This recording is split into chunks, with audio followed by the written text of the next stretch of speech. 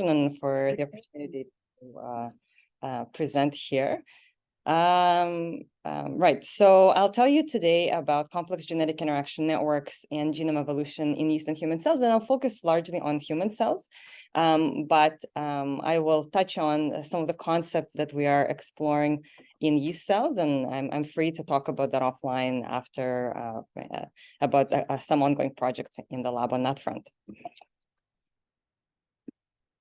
Okay, so cancer is, we think of cancer as a genetic disease, which arises by accumulation of successive mutations.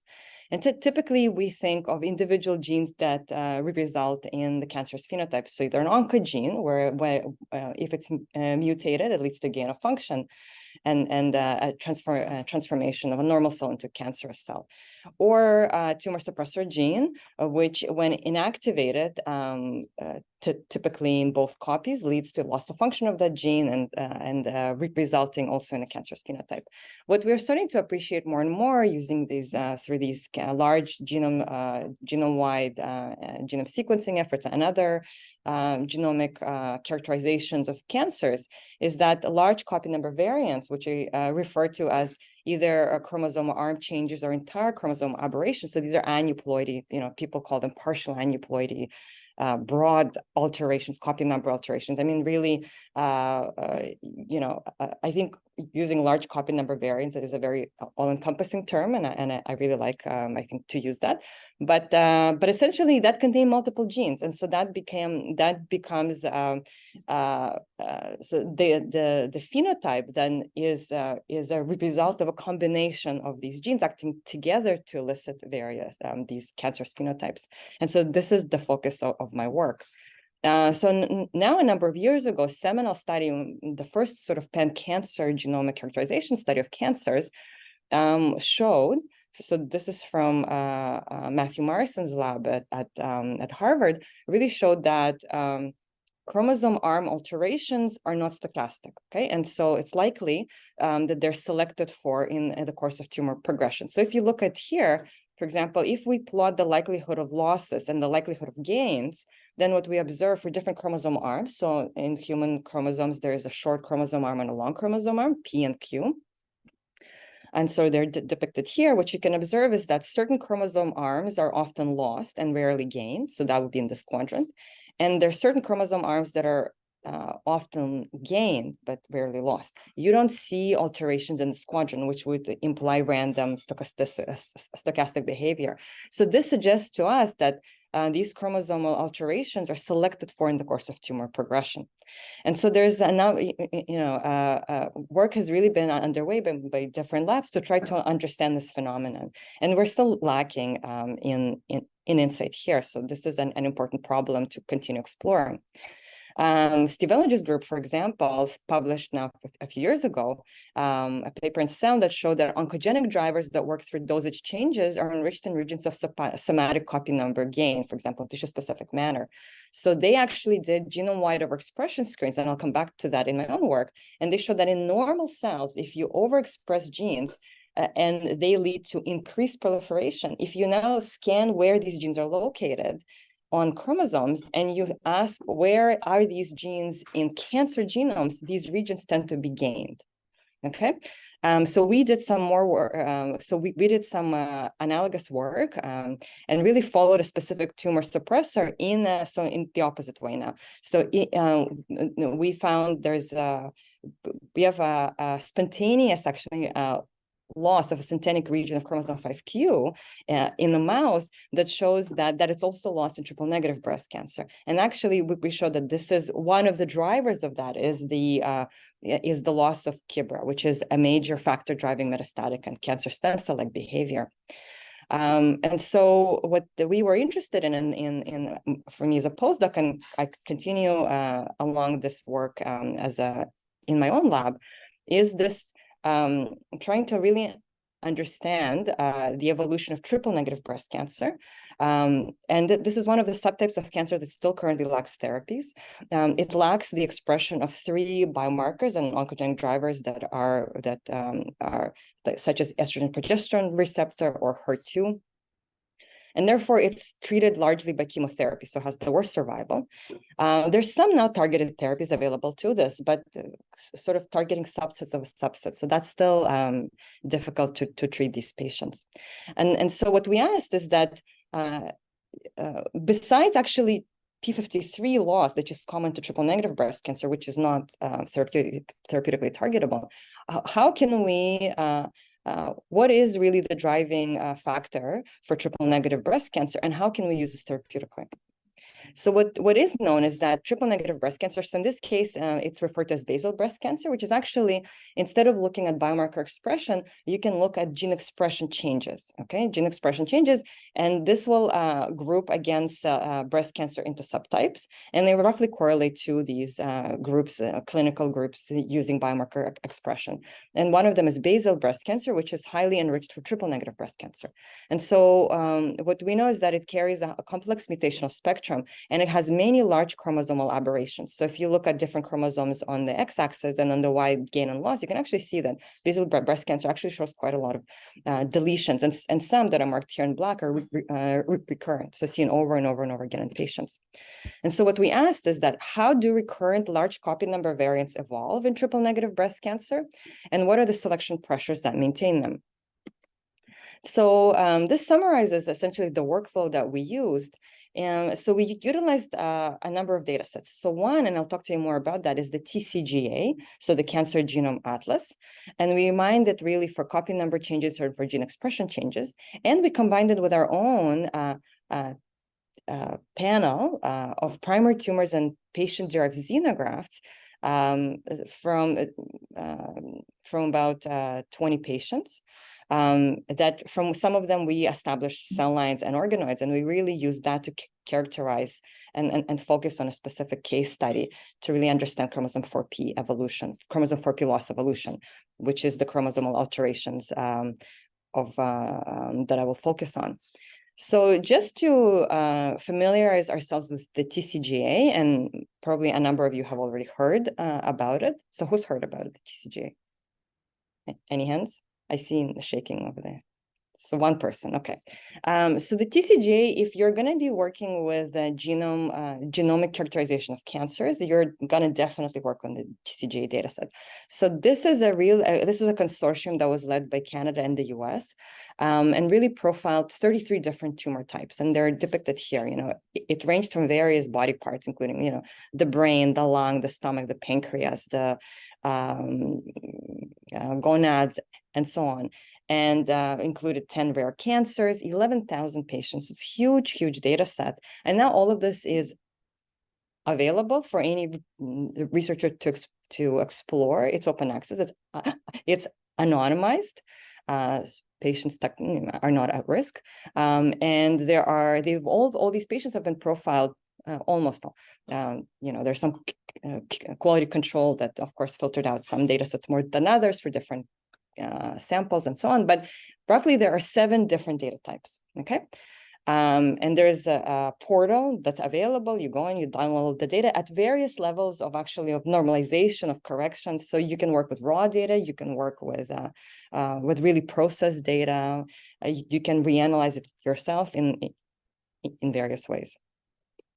And so here are the different characterizations that have been employed. So sort of the omic characterization. So there are the platforms used. They looked for mutations, okay, using genotyping.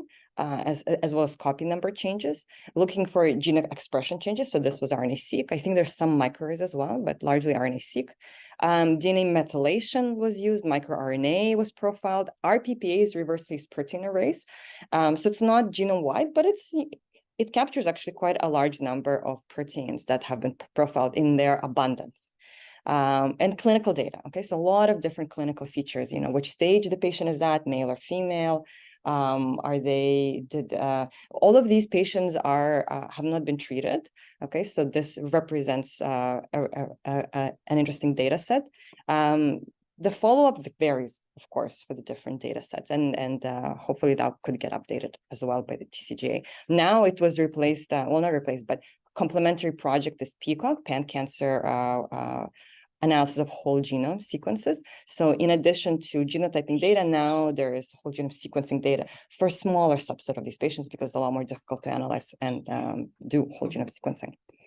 But when we mined the copy number data from the TCGA for basal breast cancer, we observed that there are 3 common alterations in basal breast cancer. So this is triple negative breast cancer. It lacks all the biomarkers, and yet it consistently displays copy number alterations in these chromosomal arms, 8p, 5q, and 4p.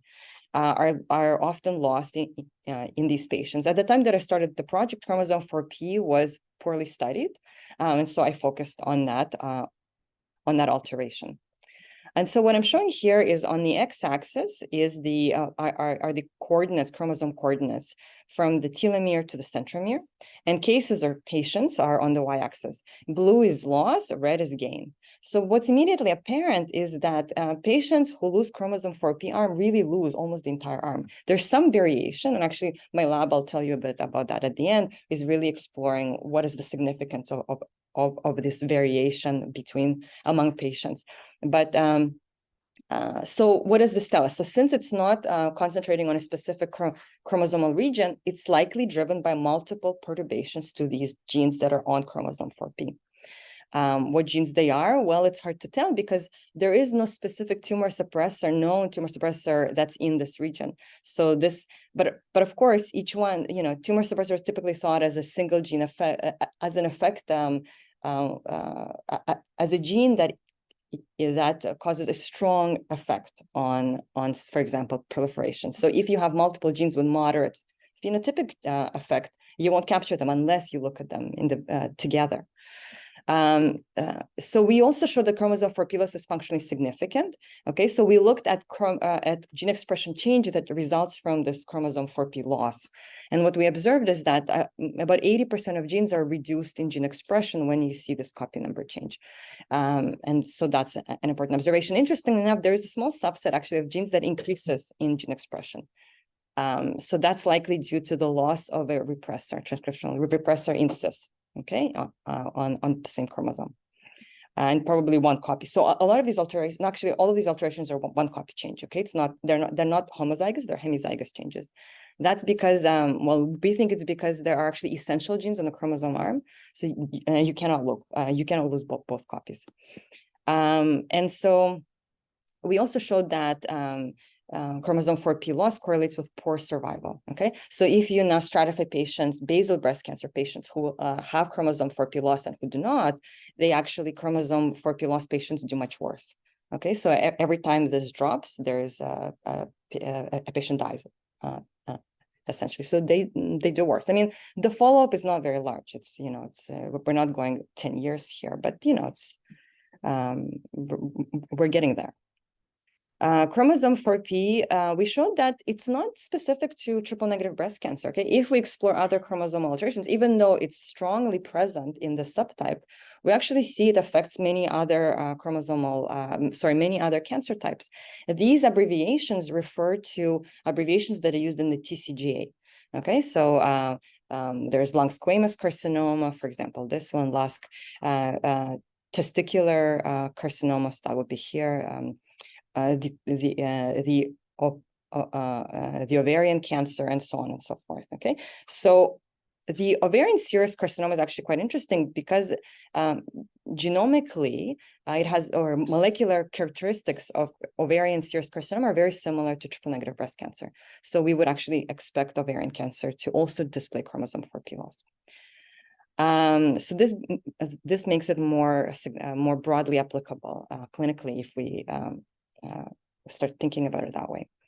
If we now again stratify patients who lose chromosome arm versus those that don't, and look at which genes globally, now zoom out of chromosome 4, there are 22 other chromosomes. Okay, we actually have, it appears that chromosome 4p loss is associated with a transcriptomic change. So deletion of chromosome 4p shows elevation of gene expression in biological processes depicted here: DNA replication, repair, cell cycle, translation, mitochondria translation, and so on. And bioprocesses that show decrease decreased gene expression are related to apoptosis. Okay, so that's consistent with upregulated proliferation, but also with activation of the immune system. So it looks like losing chromosome 4PR makes now cancer better able to evade the immune system. Okay, this was previously actually shown by in general for aneuploid tumors. So the more chromosomal aberrations tumor displays, the more they will so the more invisible they become to the immune system. This actually also shows we corrected for that, but this actually shows that it's not just that, but it's also the change to specific chromosomal arm. Well, it's, I guess it's not unexpected in a sense, because different chromosomal arms will contain different immune genes. But for example, chromosome 3p by different group was shown to, chromosome 3p loss was actually shown to correlate with increased activation of the immune system. So there's also some differences in the immune system. So it's also important to take this into account as you're thinking about, for example, what kind of therapies would these patients benefit from. So in the Park Lab, we've established something called the basal breast cancer primary tumor patient-derived xenograft panel. So what that, so just to give you an idea, for example, in the TCGA, there were, at the time that we did the analysis, 90 triple-negative breast cancer samples, okay, from 90 patients. This is a consortium of 2 countries collaborating, multiple institutions. The Park Lab alone collected, so this cohort entirely was about 31 PDXs, okay? Out of them, we, some of them are HER2 positive and ER positive, but so there are about 24 or something like that are actually triple negative breast cancer. So that we continued on exploring. But essentially, what's done here is that a biopsy from a tumor, from a patient, is being engrafted into the mouse. That becomes now a renewable resource and source of tissue. And we established from that 2-dimensional cell lines or organoids on which we can do experiments. And all of that we profiled with these 4 modalities. So we did whole genome sequencing on primary tumor and the PDXs, RNA sequencing on primary tumor and the PDXs, and reverse phase protein array on primary tumor and the PDXs. The drug response was conducted only on the mice, obviously, and now there's ongoing work to do it on cell lines and on the organoids. But so that becomes now a resource for us to ask some of these ongoing questions in the community. So what we did is that we collaborated with Peter Van Loo's group to do the timing analysis for chromosomal arm aberrations triple negative breast cancer. So what they employ is essentially they use whole genome sequencing data and really start asking questions about what kind of alterations are clonal, what kind of alterations are subclonal. And this is just by the frequency of mutations across cells. Okay, for example, if a mutation is present or chromosomal arm alteration is present, say 99% of cells, then that's a clonal event. Okay, and then if there are subpopulations occurring, then that would be subclonal. If you see, so then you can also start timing with respect to whole genome doubling. So what's generally observed, and I'll show you some evidence for that, is that there is loss of various chromosomal arms, and then a tumor essentially doubles. So there's whole genome doubling. And so based on whether you see mutations in both alleles, that will tell you that you occurred before doubling, and if it's in one of them, then you occurred after doubling. Okay, but it's really interesting way to see if the alteration, the timing of the alteration. So they've published this work, pan cancer, okay, as part of the Peacock project, and then we employed some of these tools, and they've also reworked some of them and so on to really ask what is the order of these events in our basal breast cancer cohort. So this is on 48 samples. So this combines primary tumor and the PDX cohort together. And so what we observed, so the chromosomal alterations and the different events are on the y-axis, and on the x-axis is the timing, okay, from early to late. And this is how they're ordered. And so what's immediately apparent is that there are certain alterations, including chromosome 4p, that occur early on. P53 mutation in coding regions of P53, known tumor suppressor, occurs early on. P53 also is on 17p. Okay, so that's also early on, okay. What else do I want to point to you. Whole genome doubling occurs here. So it looks like it actually, there's not that much preference where it happens. But what is apparent, and it's consistent with other studies, is that the losses occur before gains. Okay, so if we summarize this, then what we can sort of observe here is that clonal events are actually deterministic. So across patients, there's high frequency of patients that over and over again show the same kind of alterations. In terms of subclonal architecture, varies across different patients. So this, I think is important to keep in mind, as if we are going to be devising therapeutic strategies, we probably want to target the early events. Okay, that will be present everywhere and recurrent across many patients. So it will be more applicable. So what we did then is we pulled the sample from this cohort, for which we had primary tumor, PDX, and actually 2D cell line established. And we conducted more experiments in detail that I'll show you in a bit. So this is here, GCRC 1735, primary tumor PDX. So 4P happened early in this tumor. And we're gonna explore it in more detail. Okay, so what did we do? Well, we started this we combined a number of different approaches. So together actually with Guillaume Burke's group at McGill Genome Center here, and we established a method to infer copy number change from single-cell RNA sequencing data. So why was it important to us? Well, we wanted to continue exploring and understanding the evolution of chromosome 4P and its functional significance. And it became very useful for us to start overlapping cells for which we have gene expression data. So we know what kind of gene signatures they have and what kind of copy number state they carry in the same cell. So for that, we would have to infer. Rather, we could do separately, gene expression separately on some cells, copy number changes in other cells, but you'll never know how they combine. This allowed us to, even though this is an inference, it really allows us to explore this. So what we did is that we collected, we grew our patient-derived xenograft in the mouse, harvested it fresh, dissociated into single cell suspension, and kind of used this 10x genomics platform, where you're seeing each droplet now contains a bead in your cell. So now all of the transcripts are going to be barcoded, and that barcode is going to be associated with a specific cell. Then you're going to pool all the different cells together, and you're going to sequence them. So NGS, next generation sequencing. What's not showed here is that what's important for our analysis is also normal tissue. So we actually worked at the MUHC here in Montreal. We worked with plastic surgeons, okay, to obtain normal breast tissue from patients undergoing breast reduction surgery. And this allowed us, so we employed the same strategy. We dissociate into single cell suspension, flow them through the system, and did next-gen sequencing. Now it gave us a population without copy number change. What does gene expression profile look like for every gene and every chromosome? So now if we compare this to patient-derived xenograft cells, we can see which genes, which chromosomal regions show an upper the elevation of gene expression or downregulation of gene expression. This will allow us confidently infer gain or loss.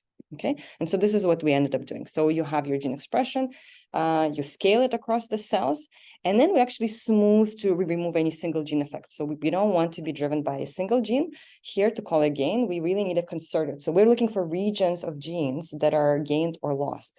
Okay, so we're looking for, we're essentially scanning through the genome, and we're looking for regions in which gene expression on consecutive genes is increased or decreased, okay, relative to normal gene expression of normal tissue. And so this is how we identify chromosomal arm gain and losses. And so this is what the data looks like. So if you look here, this is the Tisney plot. So it's a way to essentially, it's a dimensionality reduction approach. So you take all the cells and you essentially plot them in this way. Each point here is a cell. Okay, and it clusters relative to where the other cells are by how similar the gene expression profile is. Okay, and so we roughly categorized it to different. And this was published by actually another student in the lab at the time. He was doing single cell gene expression also in the same tumor to understand its response to various chemotherapeutics. So we actually thought, because at the time that we started it, this was the sample with chromosome 4 deletion that had primary tumor PDX and a 2D cell line, and we continued working with the cell line to continue taking this a step further.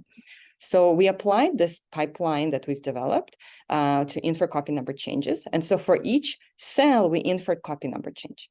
And when you plot it in this way, we identified 4 different clusters, and they're depicted here. And 3 of those clusters are deleted for chromosome 4p, and we have another cluster that is now showing enrichment for chromosome 4p copy neutral cells. Okay, it's a much smaller cluster, which is consistent with chromosome 4p loss being an early event. It should be detected in many cells.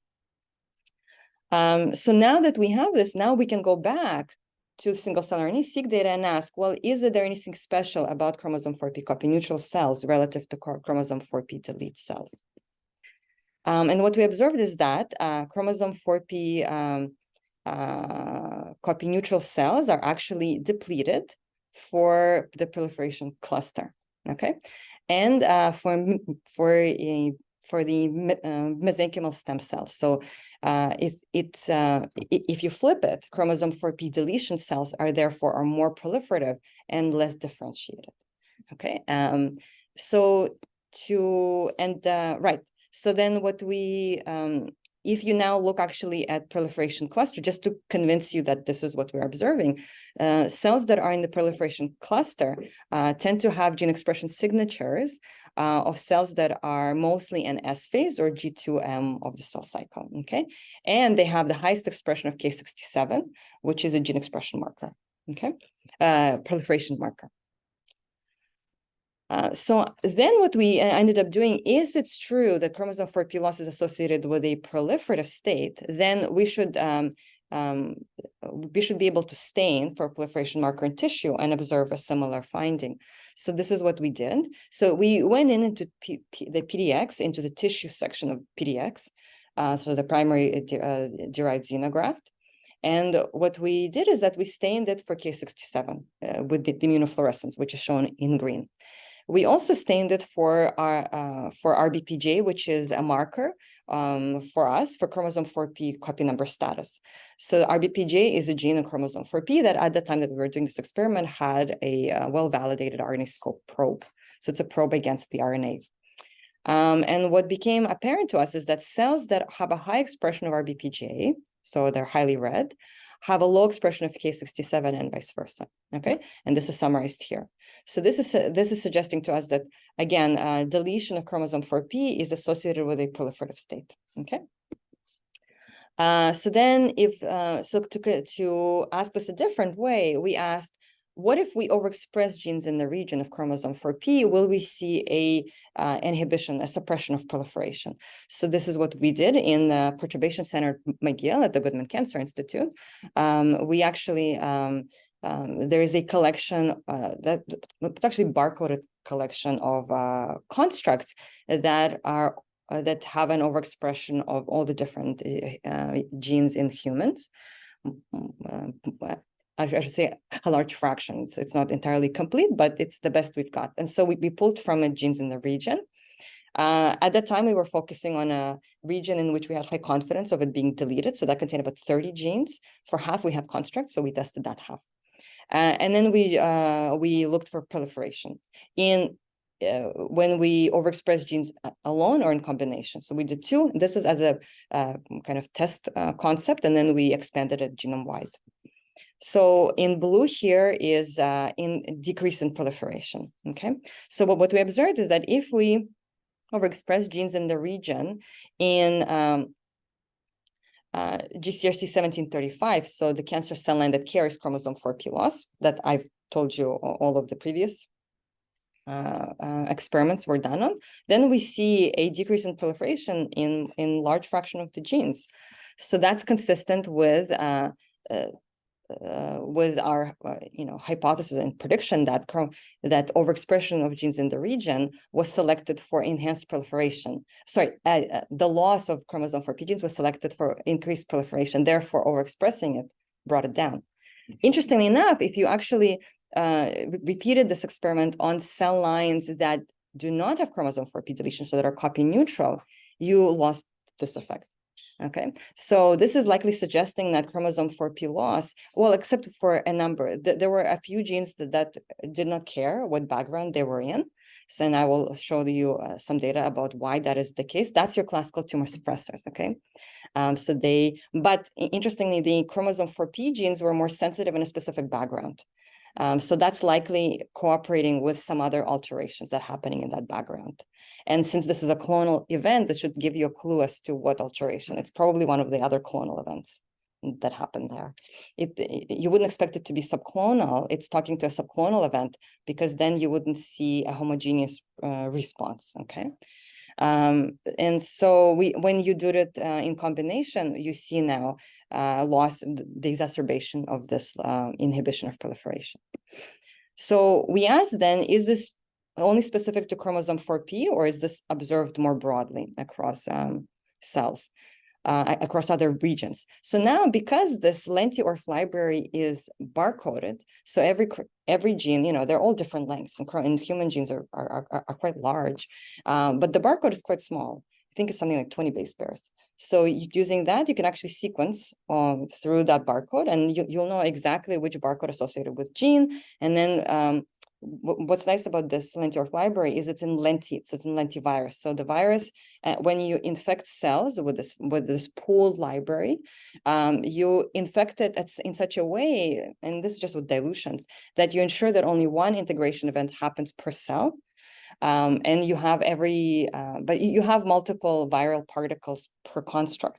So we ensure that at least, so 1000x coverage just means that every particle was integrated in 1000 cells. So you have a representation of every gene overexpression across 1000 cells. You have, 20,000 genes. So it becomes a very large experiment. It's like 60 different plates. The entire incubator is filled with plates. And then you essentially sequence at 2 time points, okay? You sequence at time point 0 and after 3 to 4 doublings. So this is T8, so 2, 4, 6, okay, 8. And you will look at the barcode abundance. So when you analyze these data, essentially you are starting with a uniform distribution. So everybody is a 1000 barcodes. Of course, there's a little bit of a Gaussian distribution, but then you look at after time point 8 at how it shifts. So you look at the tail of the guys that are now being depleted. Okay, and those that are depleted, so now they're less than 1000. So, and that means that those genes, overexpression of these genes, then now led to a deletion, at the suppression of proliferation. So you would expect that chromosome 4p would be here, but you would expect maybe there are other regions that behave in this manner. And this is what we observe. So chromosomes are on the x-axis. On the y-axis, I'm showing you the extent of proliferation. So fold change is shown here from white to blue. So the stronger blue you are, the stronger you inhibit proliferation. And here are the 2 different cell lines, right? The same that we've already observed. So here's MCF10A. It shows that chromosome, GCRC 1735, so that's the cell line that I started with. So that's strongly responsive to chromosome 4p loss. You see there is a strong reduction in gene expression, but you also observe regions like chromosome 13q, 16p. Then if you actually go back to our phylogeny, these are some of the early events that happen for this breast cancer and for the cohort in general. So what this is suggesting to us is that, and actually I'll come back to another finding. So this suggests us, I'm not necessarily saying that they interact with chromosome 4p, because for that I would have to do a dual perturbation experiment, but I'm suggesting that they're behaving similar to chromosome 4p, okay? And so interestingly enough, if you remember, not all changes were this context specific. There are some genes whose overexpression really show the classic tumor suppressor kind of a phenotype. And so one of these genes was C4orf19. So it's unknown gene. How's this named? C chromosome 4, chromosome number 4, orf19, orf number 19. had no name. That was the only designation that it had, unknown, completely unknown. So it was interesting to us because it had such a strong phenotype. You overexpress it, then you really lose the cell proliferation in a substantial way. And so so what do you do first? And you'll do this as well. There are databases for protein interactions. So when you work with genetic data, you immediately overlap with protein interaction data because that becomes a really tangible biochemical finding that you can explain your results with. It doesn't explain everything. In fact, it explains a very small portion of what you observe, but it definitely gives you clues. So BioGrid, so that was established by Mike Tyers, and it continues to be updated constantly. So it's and it actually curates genetic interactions and protein interactions. And so we've looked for, so what's interacting with C4F19? And there are a handful of genes, something like 6 genes, okay? And 4 of them are in the same protein complex, okay?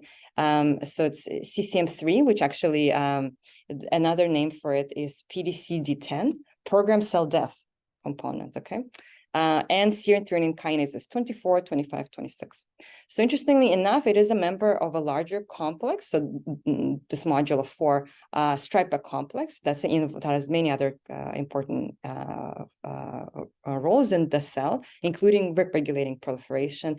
Interestingly enough, C4F19 is not showing any interaction with stripe complex. So it looks like it's a separate submodule, and it's actually probably competing with stripex for binding to PDC-D10 and CCM3 here.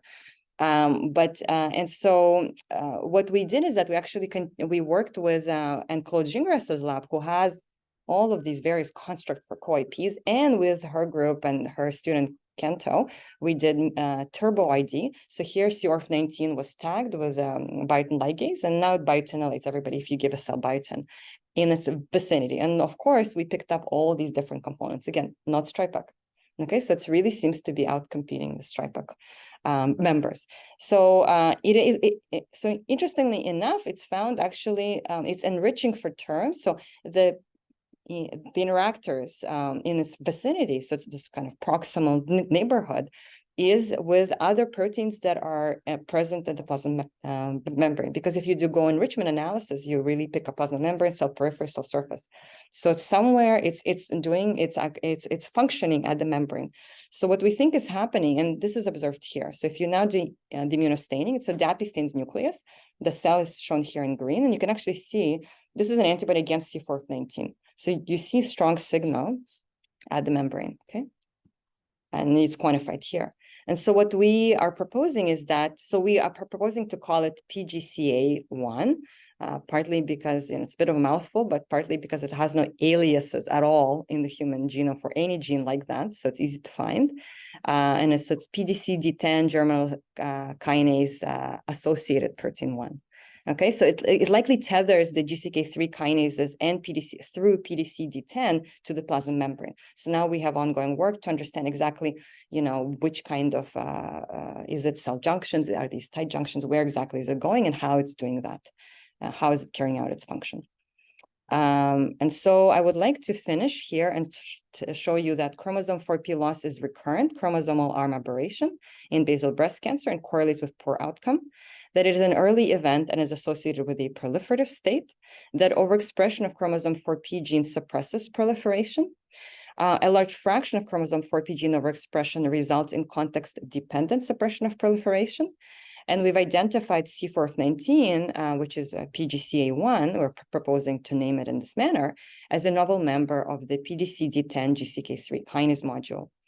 And so what we are then suggesting is that the recurrence of chromosomal arm aberrations results from genetic network rewiring that occurs early on in tumor evolution, which may be mediated by genetic interaction between chromosomal arm aberrations. And this is something that we're interested in exploring. Interestingly enough, actually, if I go back to this PDC-D10 GCK3, the other complex members of this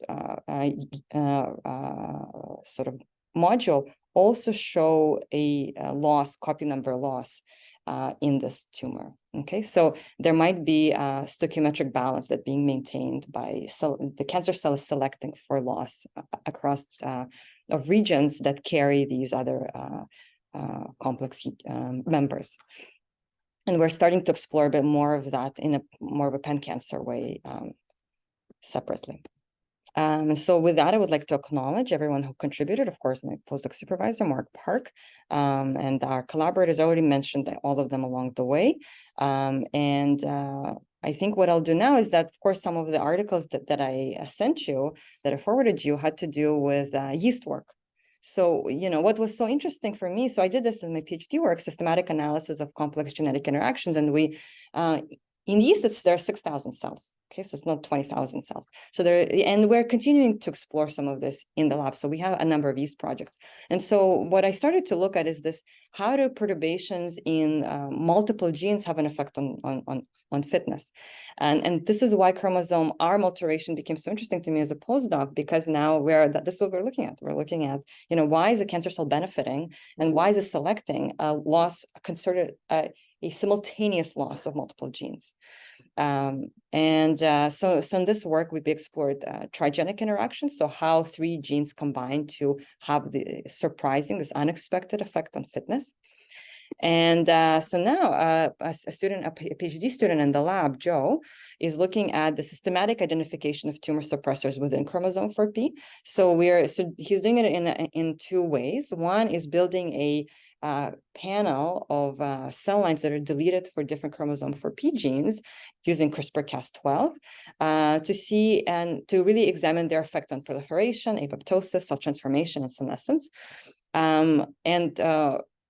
Of course, these are likely going to be modest effects. And so he's really been establishing this pipeline. And then the other approach is to start looking at combinations, okay? So the nice thing about CRISPR-Cas12 is it allows you to target human genes in combinations, okay? So we can, and it's been applied, I think, successfully. You can look at now and do screens up to 4 genes. So, and he may as well do that, but we'll start with 2 genes. So there are about 230 genes in chromosome 4p. Of course, not everything is expressed. And so he's focusing on 100 genes that show strong expression, targeting them with multiple guides per gene, and then looking at how they combine. The readout is proliferation at the moment, but it's the sort of simplest, most quantitative phenotype that we have. And again, the readout is sequencing, right? They basically are the guides become your barcodes. And the other, what we're also observing, and you'll see this as you're analyzing data, especially cancer data, there is a lot of functional assays that have already been conducted. It's called the cancer dep map, so cancer dependency map. And so what's been done is that it's a joint effort by the Broad and the Sanger Institutes. And so what they've done is that they screened using genome-wide CRISPR libraries thousands of cancer cell lines, established cancer cell lines. And they've also have drug sensitivity data. So they've subjected them to compounds so either PRISM, where the cells have been barcoded, and in a mini pool subjected to compounds, and you really see sort of this kind of Fight Club scenario where who's going to win proliferation-wise when they're exposed to a specific drug, or individual compound at a time. That's the CTRP data. And so all of this can now be combined together, and we can start asking other questions and validating them. So one question, coming back to genetic interactions again, is, and this work has been led by postdoc in the lab, Brohan Dandage, and a former master's student, Michael Schwartz, who's now actually in medical school at the Emory Medical School in Georgia. Atlanta, Georgia. And so they've been looking at chromosome 4p loss specific synthetic lethal interactions. So now that we know that chromosome 4p is selected for a proliferative advantage, it's an early genetic aberration, we can now mine the dep map data, okay, to find genes whose perturbation only specifically impacts chromosome 4p deletion cell lines and not chromosome 4p copy neutral cell lines. So how do we do that? So this is shown here, right? So we're looking for, perturbations in genes that are on their own tolerated. Of course, chromosome 4p loss is tolerated because cancer cells can live without it. But a combination of this gene within chromosome 4p loss is lethal.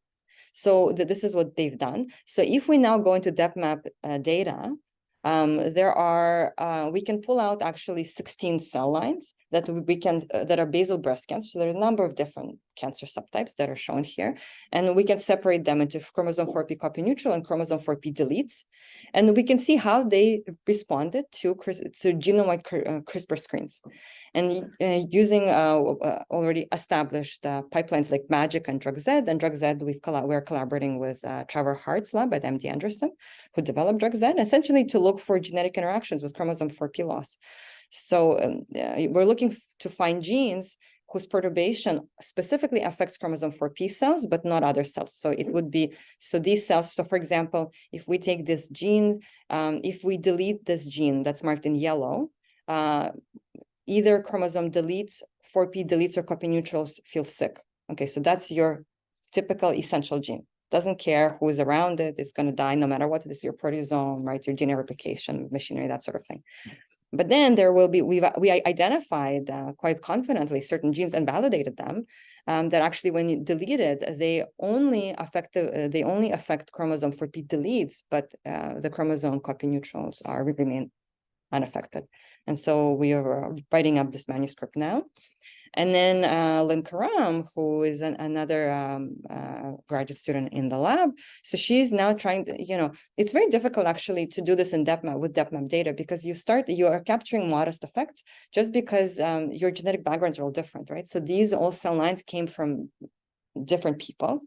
They all carry different, there are different haplotypes, different ancestry, different SNPs. I mean, really, really, everything is different. And on top of that, their cancers have all evolved to have slightly different alterations. Some have 4p loss with 8p loss and 5q loss. Others have 4p loss with other losses. So now we're looking for really, we're averaging out across a lot of these events, so it becomes very difficult. So what we're hoping to find is that if we now take a parental cell line, and within that cell line start making deletions of the whole chromosome or region deletions within chromosome 4p, that will now give us, and then screen that against the CRISPR genome library, that will now give us a much stronger. So she's really worked out a way to do this. So she's using FACS essentially to sort for deletions in these chromosomal regions. So she's replacing these regions with a fluorescent reporter and expanding these cell lines and screening them with CRISPR. And this is going to complement our DepMap work, and we'll see really. And so these become, whatever confirms these become very promising clinical targets to go after. And also just interesting to understand how cancers evolve. And, it's likely that she's going to have to make multiple perturbations. It's not just 4p with other regions, because we know that it's talking to some other chromosomal aberrations from the previous work. So this is what she's tackling. And so this is my current lab, and I'll be happy to take any questions if you have any.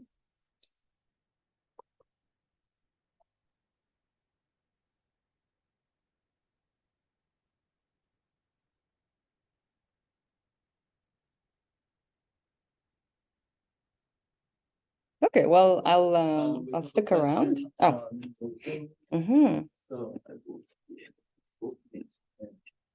speaker on. Oops.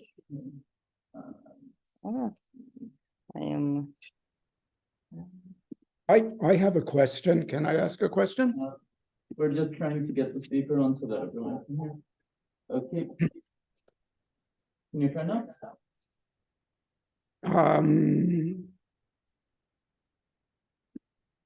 Yeah. Could I ask a question? Yeah. Go ahead. There's an echo.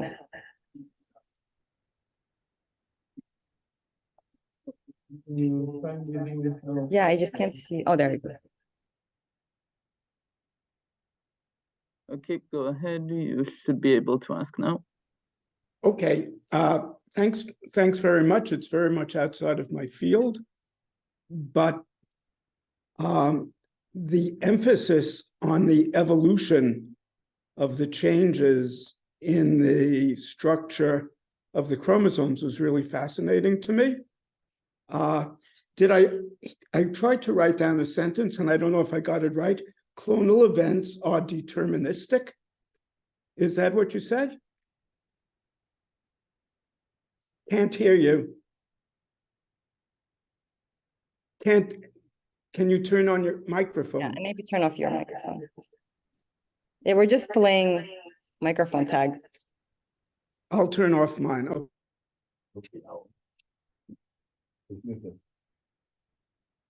Yeah. Okay, great. Yeah, and I mean, it really seems like that because clonal alterations are really observed. They're recurrent. They're observed often across patients, and you don't see the same thing for subclonal events. Subclonal events are more variable, and they vary for patients. But yeah, I mean, to me, that's more. I'd say to me, early events are really determine. I'd say the malignant phenotype. So I heard a talk from Thomas Reed, who was talking about chromosomal and genetic instability. Mm-hmm. And it seems like this is along similar ideas, but worked out in a very beautiful fashion. Is that correct? Are you familiar with his work? Somewhat. I mean, yeah, I'd say so. Yeah, I mean, yeah, I'm not entirely sure which exact paper you're referring to. But yeah, I mean, I'd say so. And the thing is, a lot of us are now converging on this kind of observation. Something I didn't mention, and actually I should have, is that when you actually dig now into benign tumors, so what's with breast cancer, it's very clear. So there's there's a stage called ductal in situ carcinoma. It's a very common benign phase. Then it proceeds into the invasive ductal carcinoma. So we've worked with invasive ductal carcinoma, but if you look at the ductal in situ carcinoma in situ, the benign stage, you already see some of these alterations. You already see, it's not that there's one mutation. It's likely multiple mutations, but you also you see chromosome 4p loss. You see p53 mutation. You see them early on. In benign breast cancer, and then they proceed to proceed into the malignant phase. Yeah, and there are now Christina Curtis, for example. So they have this really nice also model with organoids. So these are normal organoids established from patients. I think so their gastric tissue, their colon sort of tissue is cultured, and they make these organoids, and then within them they make deletions in, for example, p53, and they observe how the organoid, how the evolution happens in these organoids. And early events are these chromosomal arm losses. I mean, it's so clear. Yeah, it will be really interesting to see the parallels. I mean, I don't have a model like that, but it's something that I think with Lynn's isogenic panel, we can start looking at. Okay, thanks a lot. Easy to find and willing to talk at, sometime later? Yeah, absolutely. I would love that. Okay, thanks a million. Really interesting. Thanks. Yeah. Very interesting presentation. So I'm not sure if I taught this in the second half, but have you looked, or do you know if anyone has looked at the effects of chromosomal deletions in yeast and the effects on cell proliferation in yeast? Yeah, so interestingly, yes. So there's aneuploidy that has been explored in yeast, and in fact, that's something, for example, we cite in our discussion, because we're trying to understand why this context-specific effect in our cell line as opposed to a chromosome 4p copy neutral cell line. So, if you overexpress most genes in the region, they're not generally dosage sensitive. They're not just inhibiting proliferation. They have to be in the context of something else. And so there are some studies that were shown in Angelica Ammon's group and other groups, and that in yeast, that actually there's co-occurrence of these chromosomal arm changes in these aneuploides, and actually in entire chromosomes that looks like they're synergistic with each other. So for example, a cell line, like a yeast strain will not be able to tolerate, I forget their specific chromosome, a chromosome deletion, I think a chromosome 10 or something like that. But if you, but it's found in a protein complex. And if you delete another region now of that carries that protein complex member, you fix the stoichiometry, and now together, the deletion of both of them is able to now sustain the growth of these cells. So yes, that's sort of the idea, and that's, yeah, it's very, very few studies, but now I think there's a lot more interest, and partly because we can see this more for populations. Thank you very much. Stem cells also. Stem cells have these co-occurring alterations. Yeah, it's interesting. It's very interesting. So you mentioned that for the C4 or F19 or even the TCGA one, I'm curious, like if that gets lost, does it make the whole PDCD10 GCK3 complex loss function, or is it only kind of impaired function? Yeah, I mean, so it's hemizygous, so it's right, so it's inhibiting, so PDCD10 is controlling apoptosis, so it's likely now downregulating that. So it's sort of releasing the brakes. It's not gone entirely, right? So there's one copy still there, but it seems to be sufficient. So that complex is dosage sensitive in a sense, right? But we are doing that work now. Yeah, so we're doing that work now. Yeah. I guess I'm wondering that if the inhibition is not strong enough, is that why, like, what's driving the cancer to also kind of have copy loss in the other members of that complex? Because you mentioned you see that the copy loss in the other members of the complex also happens. Yeah. So you're saying, why is it advantageous why does this, so I guess what's the question? So because I guess PGC1, the PGCA1 Yeah, already lost. Like, what drives the cell to also lose the other complex? Yeah, it's so there's this common kind of, so people, the field has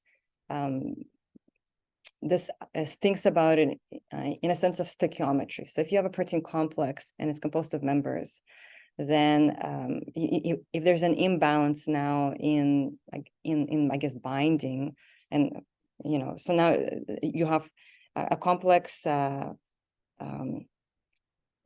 I guess now there's heterogeneity between complexes that contain one member and don't, and maybe that affects some kind of affinity to how they bind to each other. You really need a proper balance of all the members. So if you disrupt it, they show this, for example, also with ribosomal genes, and histones and things like that. But the exact nuances of how it works, we are doing that now.